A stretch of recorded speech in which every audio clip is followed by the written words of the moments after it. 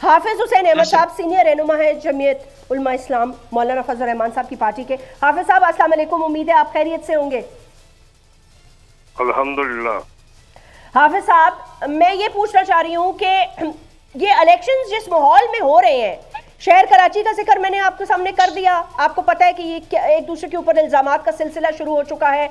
उसके अलावा आप लोगों के अपने खदशात हैं, मच में क्या हुआ ये आपने देखा। तो आने वाले इलेक्शंस को, इन इलेक्शंस में अगले 5 दिन में और इलेक्शन डे के हवाले से क्या कोई खदशात मौजूद हैं, या आपको लगता है कि ऐसा कुछ नहीं होगा, सिक्योरिटी बिल्कुल कंप्लीटली इंटैक्ट है और इन कंट्रोल है?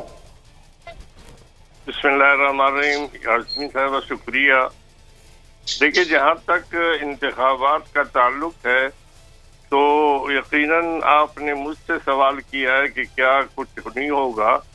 असल में ये सवाल हम निगरान हुकूमत और खुसूसन उनकी वजारत दाखिला से करते रहे हैं, लेकिन वजीर दाखिला ने जनाब उस वक़्त बुख्ती साहब थे, उन्होंने सरफराज बुख्ती साहब जी उन्होंने हमें एक लेटर भेजा कि मौलाना फजल रहमान साहब और उनके साहबजादे वगैरह आप लोग बाहर ना निकले, आपकी जान को खतरा है। तो हमने फौरी तौर पर इलेक्शन कमीशन से कहा, रुजू किया कि अगर वजारत दाखिला ये कहती है कि आप बाहर ना निकले तो इलेक्शन कैंपेन किस तरह चलाया जाएगा। इस हवाले से हम पे ये इल्जाम लगा कि भाई आप इलेक्शन मुलतवी करें, लेकिन मैं यहाँ बलूचिस्तान में बैठा हुआ हूँ। परसों मैं खुद वहीं पर था, करीबी वहाँ पर एक बम का धमाका हुआ और एक शख्स हलाक हुआ जी। मच और सिब्बी में तकरीबन 4-5 दिन से रेलगाड़ियां बंद थी, रास्ता बंद था, कोई जा नहीं सकता था, और पूरे इस तकरीबन 70-80 किलोमीटर के इलाके में जो है वो ऑपरेशन शुरू था। बड़ी मुश्किल के बाद 5 दिन के बाद अब सुना है कि रेलगाड़ियां और रास्ता बहाल हो और 24 दहशतगर्द जो है वो भी मारे गए। जी हाँ, और अभी भी मसला ये है कि कलात में कल पीपल्स पार्टी के इंतखाबी दफ्तर पे हमला हुआ, 3 बम धमाका हुआ, और इसी तरह तुर्बत में हुआ। सब कुछ ये तो सबके सामने है जी। हम ये समझते हैं कि ये सारी की सारी जिम्मेदारी, क्योंकि सिर्फ पाकिस्तान ही ऐसा मुल्क है कि जहाँ पर इंतखाबात से पहले निगरान हुकूमतें बनती हैं, और सिर्फ निगरान हुकूमत का काम क्या है?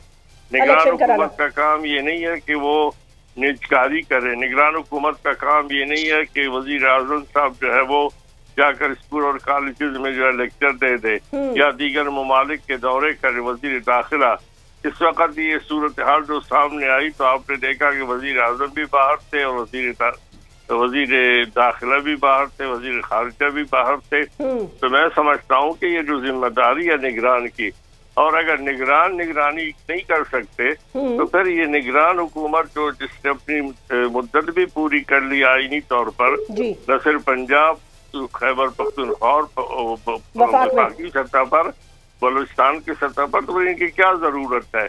और अगर हमसे पूछा जाए कि जनाब हमें आप लेटर भेजते कि आप न जाएं, अब इस वक्त 3-4 दिन रह गए हैं पोलिंग में जी, और जो इलेक्शन कैंपेन बंद होने में, और 8 तारीख को जो है इंतखाबात हैं, और अभी तक वो जनाब बाहर ना निकले, तो जाहिर है बाहर नहीं निकलेंगे तो फिर वोट का तनासुब क्या होगा?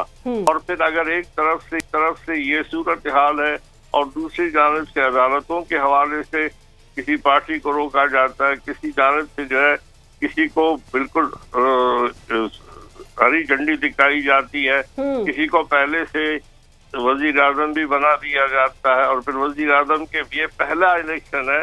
मैं तकरीबन 20-25 साल पार्लियामेंट में रहा, ये पहला इलेक्शन हम देख रहे हैं पाकिस्तान वाले के इलेक्शन के शुरू होने से पहले ही वजीर आजम का ऐलान होता है। पहले हम इंशाल्लाह और माशाल्लाह लिखते थे मैंने बनने के लिए अपने पोस्टरों में, अब तो माशाल्लाह भी है और पहले ही बन रहे हैं। जब अगर ये सब कुछ पहले हो रहा है तो फिर इलेक्शन तो आपका इशारा मियां मोहम्मद नवाज शरीफ साहब की तरफ है ना। आज बीबीसी ने एक बड़ी इंटरेस्टिंग खबर लगाई है, उन्होंने कहा the king is back, it could be the 4th time prime minister of Pakistan Mian Mohammad Nawaz Sharif. जी, नवाज शरीफ साहब है, बिलावल साहब है, मैं हूँ, आप है। इस वक्त तो वजीर आजम बनने के लिए तो मेरे ख्याल में एक लाइन लगी हुई है। नहीं, मैं नहीं हूँ सर, अल्लाह ना करे, आप हैं, मुझे नहीं पता था। आप भी वजीर आजम बनना चाहते हैं?